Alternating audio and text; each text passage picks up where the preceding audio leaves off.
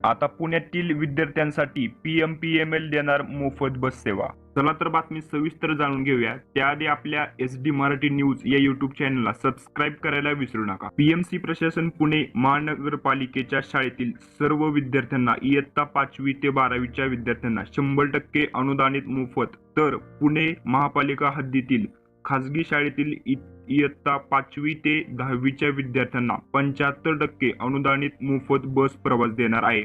यामुळे विद्यार्थ्यांना मोठा दिलासा मिळणार आहे.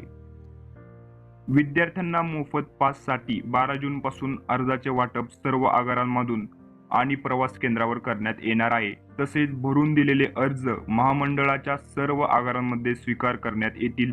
संबंधित शाळा अथवा त्यांचे प्रतिनिधी हे त्यांच्या शाळेतील विद्यार्थ्यांसाठीचे अर्ज महामंडळाच्या कोणत्याही आगारांमधून एकत्रितरित्या घेऊन जाऊ शकतात.